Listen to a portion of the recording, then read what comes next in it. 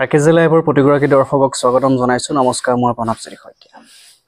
আজি আমাৰ সৈতে এগৰাকী বিশেষ ব্যক্তি আছে, যিগৰাকী ব্যক্তিয়ে বহু বছৰ ছাত্ৰ সন্থাৰ বাবে কাম কৰিছে। আছুৰ এগৰাকী গুৰুত্বপূৰ্ণ পদবীত তেখেত বহু বছৰ কাম কৰিছে। তাৰ লগতে ৰাজনৈতিক ক্ষেত্ৰখনতো বহু বছৰৰ পৰা তেখেতে কাম কৰি আহিছে। তাৰ লগতে সমান্তৰালভাৱে সামাজিক সাংস্কৃতিক বিভিন্ন দিশত তেখেত জড়িত আৰু তেখেতক সকলো ৰাইজে চিনি পায়।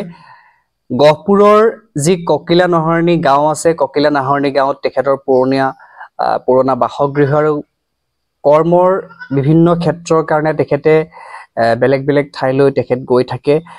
গহপুৰতো তেওঁ থাকে বা ককিলা নাহৰণি সেই ঘৰখনটো থাকে আৰু তেওঁলোকে সৰুৰ পৰা আচলতে এনেধৰণৰ সামাজিক যিসমূহ ক্ষেত্ৰ, সেই ক্ষেত্ৰসমূহৰ লগতে বিশেষকৈ টেলিভিছনৰ চিৰিয়েলৰ পৰা আদি কৰি চিনেমা জগতৰ সেইসমূহৰ ক্ষেত্ৰতো বহু বছৰ তেখেতসকলৰ এটা ইণ্ডাষ্ট্ৰি আছে, তেওঁলোকে কাম কৰিছে। আৰু প্ৰাক্তন আছু নেতা, বৰ্তমান তেখেত বিজেপিৰ যি কিষাণ মৰ্চা আছে, বিজেপিৰ কিষাণ মৰ্চাৰ গহপুৰ জিলাৰ উপসভাপতিৰ দায়িত্বত আছে। তাৰ লগতে অসম ৰাজ্যিক সুৰক্ষা সমিতিৰ তেখেত প্ৰেচিডেণ্টৰ ভাইচ প্ৰেচিডেণ্টৰ দায়িত্ব আছে। ভূপেন কুমাৰ বৰা ডাঙৰীয়া আমাৰ সৈতে আছে। আপোনাক স্বাগতম জনাইছো। যিহেতু সামাজিক বা ৰাজনৈতিক ক্ষেত্ৰখনৰ কথা বা আপোনাৰ ছাত্ৰ জীৱনৰ ছাত্ৰ নেতাৰ কথাসমূহ আমি ৰাইজক জনাম। তাৰ পূৰ্বতে আমি ৰাইজক জনাব বিচাৰিছো, বহু ৰাইজে ইতিমধ্যে জানে, তথাপিতো যিসকলে নাজানে তেওঁলোকৰ বিষয়ে জনাব বিচাৰিছো। আপোনাৰ সেই ককিলা নাহৰণি গাঁৱৰ ঘৰখনৰ কথা, আপোনাৰ পিতৃ মাতৃৰ কথা বা আপোনালোকৰ ঘৰখনৰ সৰুৰ পৰা যিটো পৰিৱেশৰ পৰা আপুনি পঢ়া শুনা আৰম্ভ কৰি আপুনি আছুৰ আপুনি ইমান দিন কাম কৰিলে, ৰাজনীতিত এটা কাম কৰি আছে, কওকচোন আপোনাৰ তেতিয়াৰ পৰা যাত্ৰাটোৰ বিষয়ে। নমস্কাৰ, মই আৰকেজি লাইভলৈ মোৰ আন্তৰিক ভৰা শুভেচ্ছা জনাইছোঁ আৰু অভিনন্দন জনাইছোঁ। আজি এই সামাজিক মাধ্যমৰ ক্ষেত্ৰত আৰকেজি লাইভ বিশেষকৈ মই তোমাক কোৱা নাই আৰু নাম কাঢ়ি যিটো মুভমেণ্ট আজি আৰম্ভ কৰিছে, সঁচাকৈ আমি ধন্যবাদ এইকাৰণে দিব লাগিব যে আজি নতুন প্ৰজন্ম হিচাপে প্ৰণৱজ্যোতি শইকীয়াই আৰকেজি লাইভৰ জৰিয়তে প্ৰান্তে প্ৰান্তে নিউজ বুটলি লৈ পেলাই গহপুৰ তথা অসমৰ ৰাইজক যিটো এটা চিনাকি দিছে বা নিউজ মাধ্যমৰ জৰিয়তে, গতিকে এই সুযোগতে মই তেওঁক আশীৰ্বাদ জনাইছোঁ, শুভেচ্ছা জনাইছোঁ। আৰু আৰকেজি লাইভলৈ ভৱিষ্যতৰ কাৰণেও আমাৰ সদায় শুভেচ্ছা থাকিব। এতিয়া মূল কথা হৈছে কি, প্ৰথম কথা হ'ল মই এজন কৃষকৰ সন্তান। দেউতা কথা ওচৰৰ আমাৰ ৰাইজে জানে, অঞ্চলৰ ৰাইজে জানে। এজন অভিভাৱক আছিলে দেউতা, অভিভাৱক বিভিন্ন ক্ষেত্ৰত দেউতাৰ সেই অভিভাৱকতা যিটো পাইছিলোঁ, আজিৰ তাৰিখত সেইটো বিৰল। আমিও আজি হয়তো অভিভাৱক হৈছোঁ, আমাৰো ল'ৰা সন্তান জন্ম হৈছে, ডাঙৰ হৈছে, কিন্তু দেউতাহঁতৰ সেই কাম কাজখিনি দেখি দেখি আমি ডাঙৰ হোৱাৰ পিছত আৰু আজিৰ দিনটোত আমি সেই দেউতাহঁতৰ পদক্ষেপ হিচাপে যিখিনি আমি কৰিব লাগিছিলে আমি সেইখিনি কৰিব পৰা নাই। তাৰ কাৰণে মনত দুখ আছে, কাৰণ দেউতাহঁতৰ সেই দিনবিলাক বহুত সোণালী দিন আছিলে আৰু আজিৰ দিনটো বহুত কম্পিটিশ্যনৰ যুগ।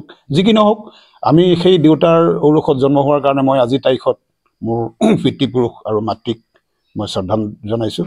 তেওঁলোক য'তেই নাথাকক কুশলে থাকক। এতিয়া কথা হৈছে কি, যেতিয়া হাইস্কুল লাইফত আমি স্কুল আৰম্ভ কৰিছোঁ, তেতিয়া এটা কথা মনত তোমাক হয়তো নপৰিব চাগে, নাজানিবা। অসম আন্দোলন যিটো আছিলে 1969 চনত, তেতিয়া মই হাইস্কুলৰ এজন ছাত্ৰ। আৰু সেই হাইস্কুলীয়া সেই ছাত্ৰৰ লাইফতে মই সংগ্ৰামী জীৱনটো আৰম্ভ হৈছিলে নেকি নাজানো। তেতিয়া মই অবিভক্ত চদুৱাৰ ছাত্ৰ সন্থাৰ সহকাৰী সম্পাদক আছিলোঁ, যিটো হাৱাজান বৰৈ, তেতিয়া আমাৰ ইয়াত বিভক্ত হোৱা নাছিলে। গতিকে মই সেই সংগ্ৰামৰ জৰিয়তে ছাত্ৰ সন্থাৰ মজিয়াত গৈ দেশৰ জাতিৰ স্বাৰ্থত বিদেশী বহিষ্কাৰ আন্দোলনত ভূমিকা গ্ৰহণ কৰি বহুতখিনি আমি ঘাত প্ৰতিঘাত সংঘাত জেল বৰণো খাব লগা হৈছিলে। আমি নিৰ্যাতনো পাইছিলোঁ, বহুতখিনি কথা কাহিনী ইয়াত লুকাই আছে। যি কি নহওক, সেই দিনবিলাকৰ কথা মনত পৰে কেতিয়াবা। কিন্তু আজিৰ তাৰিখত সেই ছাত্ৰ সন্থাৰ যেতিয়া সেই মঞ্চত যেতিয়া গুচি গ'লোঁ, সেই মঞ্চত গৈ মই আঞ্চলিকৰ জিলাৰ মহকুমাৰ পৰা গৈ মই ৰাজ্যিক পৰ্যায়লৈকে ছাত্ৰ সন্থাৰ নেতৃত্ব বহন কৰিলোঁ। মই সৰ্বানন্দ সোণোৱাল ডাঙৰীয়া আৰু আমাৰ সমুজ্জ্বল ভট্টাচাৰ্য ডাঙৰীয়াৰ যিটো সদৌ অসম ছাত্ৰ সন্থাৰ যিটো বলিষ্ঠ নেতৃত্ব আছিলে আৰু সেই নেতৃত্বত মই গহপুৰৰ প্ৰতিনিধি হিচাপে জিলাৰ প্ৰতিনিধি হিচাপে গৈ মই ৰাজ্যিক কাৰ্যনিৰ্বাহকৰ দায়িত্ব লৈছিলোঁ আৰু ৰাজ্যিকত মই সাংগঠনিক সম্পাদকৰ দায়িত্ব লৈছিলোঁ আৰু লগতে মই সাংস্কৃতিক দিশটো মই সদৌ অসম ছাত্ৰ সন্থাৰ তেতিয়া আমি মানে মোক দায়িত্ব দিছিলে যেতিয়া যিহেতু মোৰ এতিয়া বন্ধু মমিনুল আৱাল আছে তেওঁ এতিয়া আজি বিভিন্ন দায়িত্বত আছে আমি একেলগৰ একে বন্ধু গতিকে আমি সেই বন্ধু কেইজনে লাগি মানে মিলি আমি সাংস্কৃতিক দিশটো সদৌ অসম ছাত্ৰ সন্থাৰ আমি চোৱা চিতা কৰিছিলোঁ সদৌ অসম ছাত্ৰ সন্থাত আপুনি কিমান বছৰ আচলতে গহপুৰ মহকুমাৰ পৰা আৰম্ভ কৰি ৰাজ্যিক কাৰ্যনিৰ্বাহকলৈ কিমান বছৰ আপুনি সদৌ অসম ছাত্ৰ সন্থাৰ কাৰণে আপুনি কাম কৰিছে মই 1979 চনৰ পৰাই 2000 চন ঠিক নহয় 1998 চনলৈকে মই আছুৰ দায়িত্বত আছিলোঁ আপুনি ইতিমধ্যে উল্লেখ কৰিছে যে আপুনি সদৌ অসম ছাত্ৰ সন্থাত 89 চনৰ পৰা আপুনি যোগদান কৰিছে আৰু বিভিন্ন তেতিয়াৰ পৰা মহকুমাৰ পৰা আৰম্ভ কৰি ৰাজ্যিক কাৰ্যনিৰ্বাহকলৈ দায়িত্ব লৈছে গতিকে সেই সময়ত আজিও আছে তেখেত ডক্টৰ সমুজ্জ্বল কুমাৰ ভট্টাচাৰ্য আজিও তেখেত আছে আৰু প্ৰাক্তন অসমৰ মুখ্যমন্ত্ৰী তথা বৰ্তমানৰ কেন্দ্ৰীয় মন্ত্ৰী সৰ্বানন্দ সোণোৱাল সেই সময়ত আচলতে আছুৰ নেতা আছিলে সকলোৱে জানে সেই সময়ত আপুনি তেওঁলোকৰ সৈতে বা কেনেকুৱা আছিলে সেই সময়ৰ পৰিৱেশ পৰিস্থিতি বা সেই সময়ৰ আপোনালোকৰ যিখিনি আন্দোলন বা যিখিনি কৰ্মৰাজি বা সেই বিষয়ে আপুনি ক'ব নেকি অকমান শুৱৰণি সেই দিনবোৰ যেতিয়া অসম আন্দোলন শেষ হোৱাৰ পিছত যেতিয়া আমিবিলাকে সদৌ অসম ছাত্ৰ সন্থাৰ দায়িত্ব ল'ব লগা হ'ল তেতিয়া যিহেতু আমাৰ সৰ্বানন্দ সোণোৱাল ডাঙৰীয়া আৰু সমুজ্জ্বল ভট্টাচাৰ্যৰ নেতৃত্বত আমি সেই দিনকেইটা সদৌ অসম ছাত্ৰ সন্থাৰ মজিয়াত থাকি দেশ জাতিৰ স্বাৰ্থত যিখিনি আমি কৰিবলগীয়া কাম আছে আমি অকল ইয়াতে কৰা নাই আজি গোটেই সৰ্বভাৰতত নি পেলাই আমি গোটেই অসমৰ সমস্যাখিনি দাঙি ধৰিবলৈ আমি তেতিয়া ব্যৱস্থা কৰিছিলোঁ তেতিয়া তুমি এটা কথা জানিবা যে কুলদীপ নায়াৰ নামৰ এজন মানে আমাৰ ৱৰ্ল্ড ফেমাছ এজন সাংবাদিক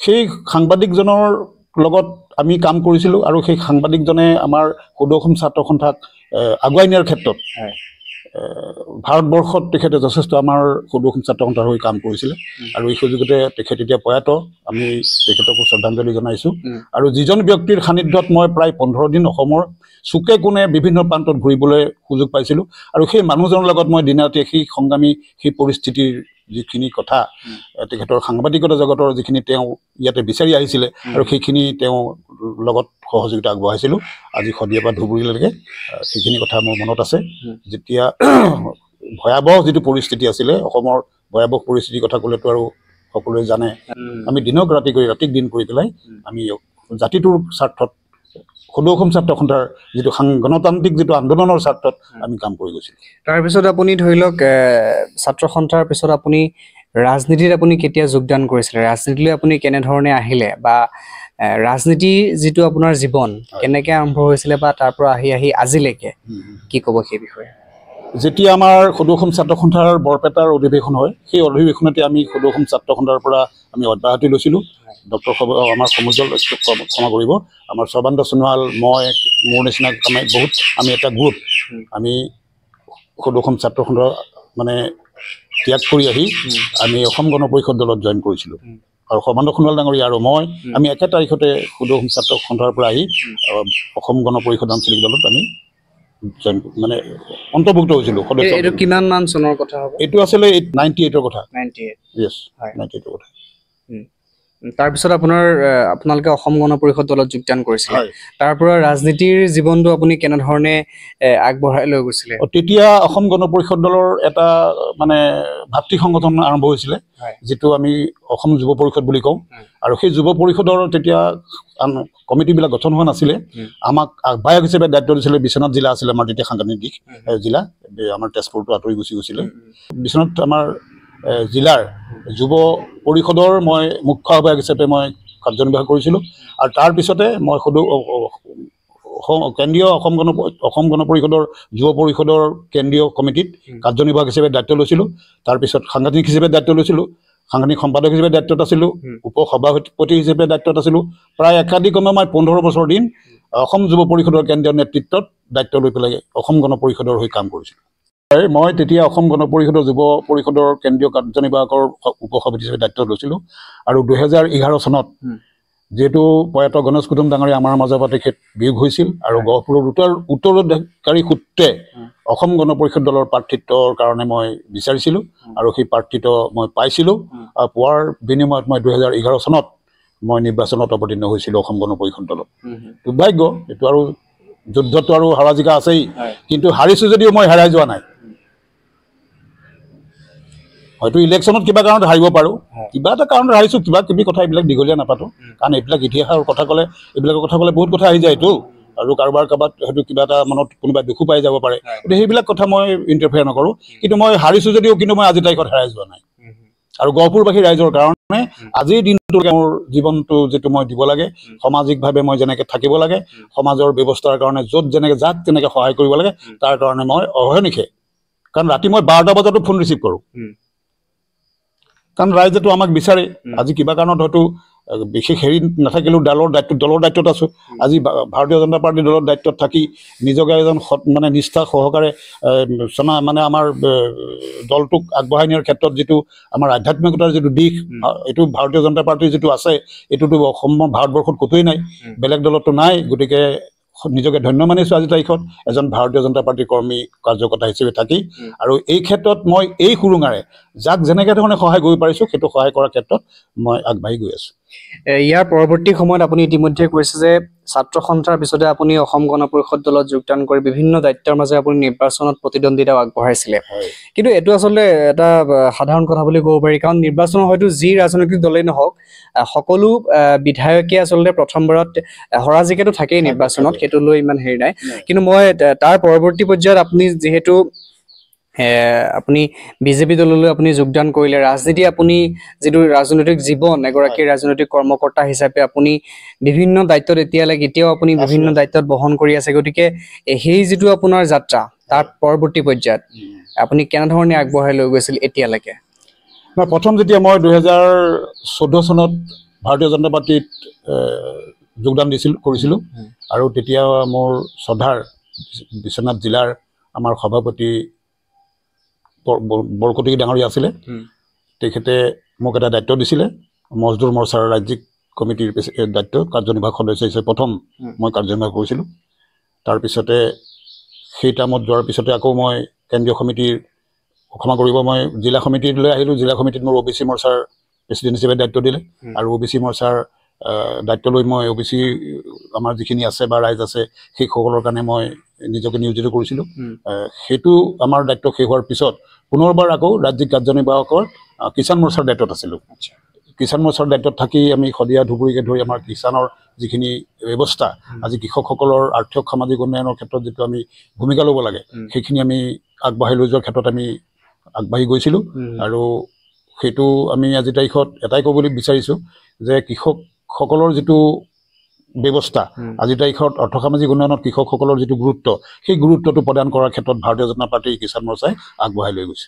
ইতিমধ্যে ভূপেন কুমাৰ বৰা ডাঙৰীয়াই সকলোখিনি কথা উল্লেখ কৰিছে তেওঁ কেনেধৰণে আচলতে সদৌ অসম ছাত্ৰ সন্থাত জড়িত হৈছিল তাত বিভিন্ন দায়িত্বত তেখেত আছিল মহকুমাৰ পৰা আৰম্ভ কৰি জিলাৰ পৰা ৰাজ্যিক কাৰ্যনিৰ্বাহকলৈকে তাৰপিছত অসম গণ পৰিষদ দলত যোগদান কৰি তেখেতে বিভিন্ন দায়িত্বত তেখেতে কেন্দ্ৰীয় কাৰ্যনিৰ্বাহকত তেখেতে দায়িত্ব বহন কৰিছে আৰু সৰ্বানন্দ সোণোৱাল সমুজ্জ্বল কুমাৰ ভট্টাচাৰ্যৰ সৈতে তেখেতে কাম কৰাৰ সান্নিধ্য লাভ কৰিছিল আৰু তাৰ পৰৱৰ্তী পৰ্যায়ত তেখেতে বিজেপি দলত যোগদান কৰিছে আৰু বিজেপিটো তেখেতে কেন্দ্ৰীয়ৰ পৰা আৰম্ভ কৰি জিলা ভিত্তিক বিভিন্ন দায়িত্বত তেখেতে এতিয়াও পালন কৰি আছে তাৰ সমান্তৰালভাৱে কিন্তু বিভিন্ন সামাজিক সাংস্কৃতিক বা ৰাজনৈতিক ক্ৰিয়াৰ তেখেতে বিভিন্ন দায়িত্বত পালন কৰি আহিছে গতিকে মই আপোনাৰ ওচৰলৈ আহিছোঁ যেতিয়া আপোনালোকে সেই ছাত্ৰ আন্দোলনৰ পৰা আৰম্ভ কৰি অসম গণ পৰিষদ দল এতিয়া বিজেপি দলত আপুনি কাম কৰি আছে এগৰাকী সক্ৰিয় নেতা হিচাপে গতিকে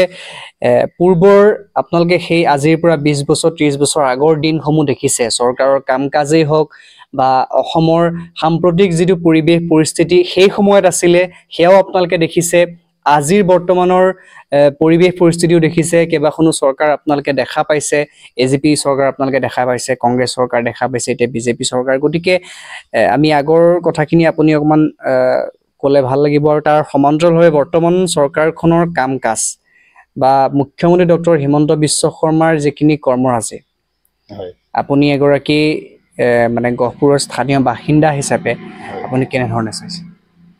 নহয়, আজিৰ তাৰিখত এটা কথা ক'ব লাগিব যে এইটো আজি ছ'চিয়েল মিডিয়াৰ যুগ। এটা সময়ত MLA মন্ত্ৰীৰ কথাটো অসমৰ ৰাইজে বা আমাৰ গাঁৱৰ ৰাইজে ইমান কথা উপলব্ধি কৰা নাছিলে। সেই দিনটো তেনেকুৱা নাছিলে। আমাৰ দেউতাহঁতো পঞ্চায়তৰ দায়িত্বত আছিলে, মোৰ মনত আছে। ইয়াৰ আমাৰ দেউতা আমাৰ চোতালতে আহি পঞ্চায়তৰ প্ৰতিনিধিসকলে আলোচনা বিলোচনা কৰে। গহপুৰৰ প্ৰয়াত আমাৰ নলিনী মজুমদাৰ বৰ্তা, আজি মোৰ মানে শ্ৰদ্ধাৰ খুৰা তেখেত প্ৰয়াত আমাৰ উৎসৱানন্দ গোস্বামী ডাঙৰীয়াকে প্ৰমুখ কৰি গণেশ কুটুম ডাঙৰীয়া তেতিয়া আছিলে, সেই সময়ত তেজপুৰ মহকুমাৰ মানে মহকুমাৰ হেৰি আছিলে, তেখেত চিফ কাউন্সিলৰ আছিলে। গতিকে সেই দিনবিলাকৰ লগত আৰু আজিৰ দিনবিলাক একেবাৰে বহুত পাৰ্থক্য। এইকাৰণে পাৰ্থক্য যে তেতিয়া মানুহে কি কৰিছে নকৰিছে সেইটো কথা নহয়, মানুহ কৰ্মৰ ব্যস্ত থাকে, কাম কৰে, খেতি কৰে, গাঁৱৰ মানুহে খেতি কৰে, টাউন চহৰত ব্যৱসায় বাণিজ্য চলে, অফিচিয়েলি যিখিনি কাম আছে সেইবিলাক চৰকাৰে চলাই থাকে।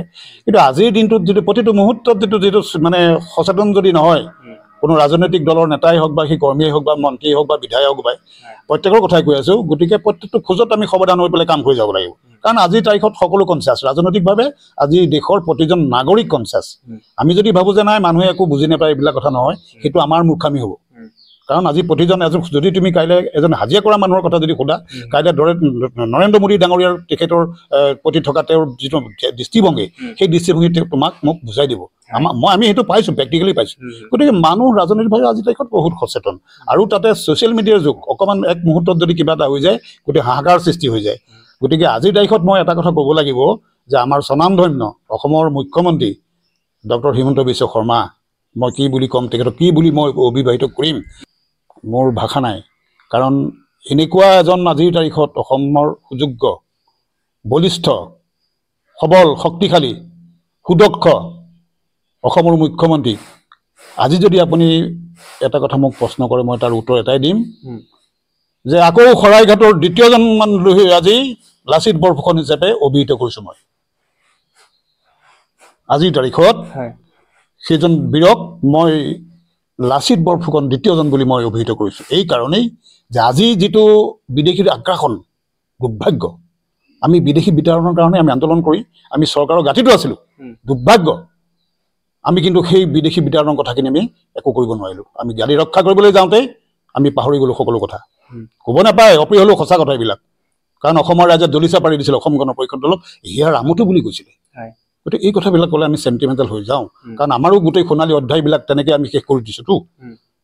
আমাৰ এই যিটো যুৱশক্তিৰ আমাৰ যিটো তেজাল আমি ঘোঁৰা, আমিতো ৰণুৱা ঘোঁৰা এটা। গতিকে এই ঘোঁৰা তেজাল ৰণুৱা ঘোঁৰাৰ যিটো আমাৰ গতি, সেই গতিটো আমি ক'ত অতিবাহিত কৰিছোঁ যে জাতিৰ স্বাৰ্থত, দেশৰ স্বাৰ্থত, অসমৰ স্বাৰ্থত। আজি যিটো বিদেশীৰ আগ্ৰাসন, আজি সত্ৰৰ ভূমি লৈ গ'ল, বিভিন্ন স্থানত গোটেই বিদেশী আহি পেলাই আগ্ৰাসন কৰিলে, আমাৰ মানুহৰ মাটি নাই। এনে এটা মুহূৰ্তত এই পৰিস্থিতিত আজিৰ তাৰিখত অসমৰ স্বনামধন্য মুখ্যমন্ত্ৰী ডাঙৰীয়াই যিটো বলিষ্ঠ ভূমিকা গ্ৰহণ কৰি আজি অভ্যেক্ষণ মানে উচ্ছেদৰ যিটো ব্যৱস্থা কৰি আজি বিদেশীসকলক মানে দেখুৱাই দিয়া হৈছে যে তহঁতৰ ইয়াত স্থান নাই, এই আমাৰ জন্মভূমি, আমাৰ অধিকাৰ, আমাৰ মাটি, আমাৰ মানুহ, আমি অসমীয়া জাতিক অস্তিত্বক তহঁতে বিপন্ন কৰিবলৈ নোৱাৰিবি। আৰু তাৰ কাৰণে চৰকাৰখনে যি ধৰণৰ ভূমিকা গ্ৰহণ কৰিব লাগে সেই ভূমিকাখিনি গ্ৰহণ কৰিছে। মই এই ক্ষেত্ৰত তেখেতলৈ মোৰ বহুত মই নমস্কাৰ জনাইছোঁ, মই বহুত ধন্যবাদ জনাইছোঁ। আৰু ভৱিষ্যত তেখেতক সুস্বাস্থ্যৰে আগুৱাই যাবৰ কাৰণে, ভাৰতৰ মানচিত্ৰত এজন অসমৰ যোগ্য সন্তান হিচাপে আগবাঢ়ি যাবৰ কাৰণে মই তেখেতলৈ মোৰ এটা মানে শুভেচ্ছা জনাইছোঁ। আৰু ঈশ্বৰে তেখেতক সুস্বাস্থ্যৰে ভালে কুশলে ৰাখক।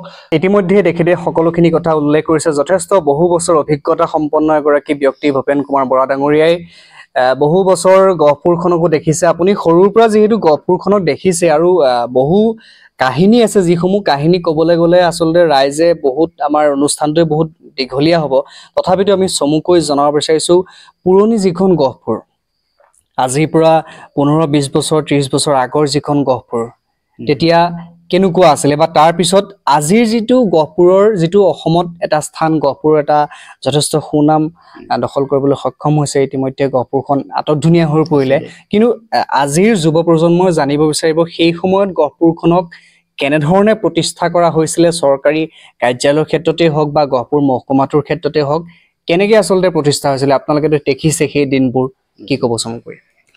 নহয়, যেতিয়া আমি অসম গণ পৰিষদ দলৰ চৰকাৰ গঠন হৈছে, আমাৰ গণেশ কুটুম ডাঙৰীয়াই গহপুৰৰ পৰা নিৰ্বাচিত হৈ পেলাই তেখেতে গহপুৰ সমষ্টিৰ বিধায়ক হৈছিলে। সেই সময়ত অসম গণ পৰিষদ দলৰ আৰু ছাত্ৰ সন্থাৰ, আমি সদৌ ছাত্ৰ সন্থাৰ এটা যৌথ প্ৰক্ৰিয়াত আমি এখন গহপুৰ মহকুমা দাবী সমিতি বনাইছিলোঁ, নিৰ্মাণ কৰিছিলোঁ। আৰু সেই দাবী সমিতিৰ জৰিয়তে আমি 87 চনত আমি গহপুৰ দাবী সমিতি নামৰ এটা সংগঠন আমাৰ হৈছিলে। আৰু আমি 15 বছৰ কাল আমি সংগ্ৰাম কৰিছিলোঁ গহপুৰ মহকুমাৰ বিচাৰি। আৰু শেহতীয়াভাৱে দ্বিতীয় টাৰ্মত যেতিয়া আমাৰ গণেশ কুটুম ডাঙৰীয়াই পুনৰবাৰ গহপুৰৰ পৰা নিৰ্বাচিত অসম গণ পৰিষদ দলৰ তেখেত স্পীকাৰ হ'ল। সেই স্পীকাৰ হোৱা সেই সুবাদতে তেখেতে অসমৰ মাননীয় স্বনামধন্য মুখ্যমন্ত্ৰী সেই সময়ৰ প্ৰফুল্ল মহন্ত ডাঙৰীয়াকো আমি কৃতজ্ঞতা এইকাৰণে জনাব লাগিব যে গহপুৰখনৰ কাৰণে তেওঁ কিন্তু এটা আন্তৰিকতাৰে তেওঁ কাম কৰিছিলে। আৰু সেই সুযোগতে আমাৰ গণেশ কুটুম ডাঙৰীয়াৰ নেতৃত্বত আমি গহপুৰলৈ মহকুমাটো আনিবলৈ সক্ষম হৈছিলোঁ। আমি 15 বছৰীয়া দাবী সমিতিৰ সংগ্ৰাম কৰি, গতিকে ইয়াত এটা ডাঙৰ এটা ইতিহাস আছে যে আমিতো সহজে পোৱা নাই। আৰু সেই সুযোগতে আজিৰ তাৰিখত আমি এটা কথাই ভাল লাগিছে যে সঁচা অৰ্থত গহপুৰখন যিখন শ্বহীদ নগৰী, বীৰংগনা কনকলতা আৰু মুকুন্দ কাকতিয়ে স্বাধীনতা সংগ্ৰামৰ কাৰণে যি বলিদান দিছিল, আৰু সেইখন গহপুৰত আচলতে তেতিয়াহে প্ৰাণ পাই থৈছে যিদিনা গহপুৰ মহকুমা ঘোষণা হৈছে। আৰু সেইদিনা আমি উপলব্ধি কৰিছোঁ যে সঁচাকৈ আজি আমি গহপুৰীয়া এজন সন্তান হিচাপে আমি গৌৰৱ অনুভৱ কৰিব পাৰোঁ, এইকাৰণেই যে আমি গহপুৰ শ্বহীদ নগৰীৰ সন্তান। আৰু উত্তৰ পুৰুষৰ কাৰণে এটা কথা ক'ব লাগিব যে আজিৰ তাৰিখত বিগত দিনত আমাৰ ভাৰতীয় জনতা পাৰ্টীৰ চৰকাৰখনে যোৱা টাইমত সৰ্বানন্দ সোণোৱাল মুখ্যমন্ত্ৰী সৰ্বানন্দ সোণোৱাল ডাঙৰীয়াৰ নেতৃত্বত যথেষ্টখিনি ইনফ্ৰাষ্ট্ৰাকচাৰ কাম বহুত ডেভেলপ হ'ল। তাৰ আগত 15 বছৰৰ কথা মই নকওঁ, সেইবিলাক কথা ক'লে এতিয়া ঢেৰ কথা হৈ যায়। কোনে কি কৰিলে নকৰিলে তাক মই আলোকপাত কৰিবলৈ নাযাওঁ, সেইটো খতিয়ান মই দিবলৈ নাই। কিন্তু আমি কি কৰিছোঁ সেইটোৱে কথাটো। আৰু শেহতীয়াভাৱে যেতিয়া আমাৰ মুখ্যমন্ত্ৰী স্বনামধন্য ডক্টৰ হিমন্ত বিশ্ব শৰ্মা ডাঙৰীয়া তেখেতৰ সুযোগ্য নেতৃত্বত পুনৰ গহপুৰখনৰ প্ৰতিটো চুকে কাণে উন্নয়নমূলক আঁচনি লৈ যোৱাৰ ক্ষেত্ৰত আজি বিধায়ক ডাঙৰীয়াই সেইখিনি ৰূপায়ণ কৰাৰ ক্ষেত্ৰত বলিষ্ঠ ভূমিকা গ্ৰহণ কৰিছে। উৎপল বৰা ডাঙৰীয়াও সেইখিনিক আমি ধন্যবাদ জনাইছোঁ। অহৰহে দিনে ৰাতিয়ে কাম কৰি গৈছে, খেতি আমি কম গহপুৰৰ কাৰণে। কিন্তু কথা হৈছে কি, গহপুৰত এতিয়া শেহতীয়াভাৱে আজিৰ তাৰিখত অসমৰ মানচিত্ৰত জিলিকি উঠিছে এই কাৰণেই উঠিব যে গহপুৰত আমি ইমানেই সৌভাগ্যৱান যে আজি শ্বহীদ কনকলতা নামৰ এখন ইউনিভাৰ্চিটি পাবলৈ সক্ষম হৈছোঁ। হয়তো খুব কম দিনৰ ভিতৰত ইউনিভাৰ্চিটি কাম আৰম্ভ হ'ব।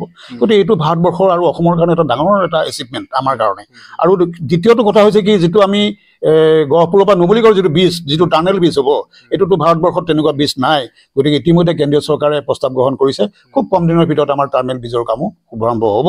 গতিকে সেইকাৰণে আজি তাৰিখত গহপুৰখনৰ মানচিত্ৰটো অসম তথা ভাৰতবৰ্ষৰ বুৰঞ্জীত যাতে জিলিকি থাকক, সেইটো আমি সদায় আমাৰ লক্ষ্য।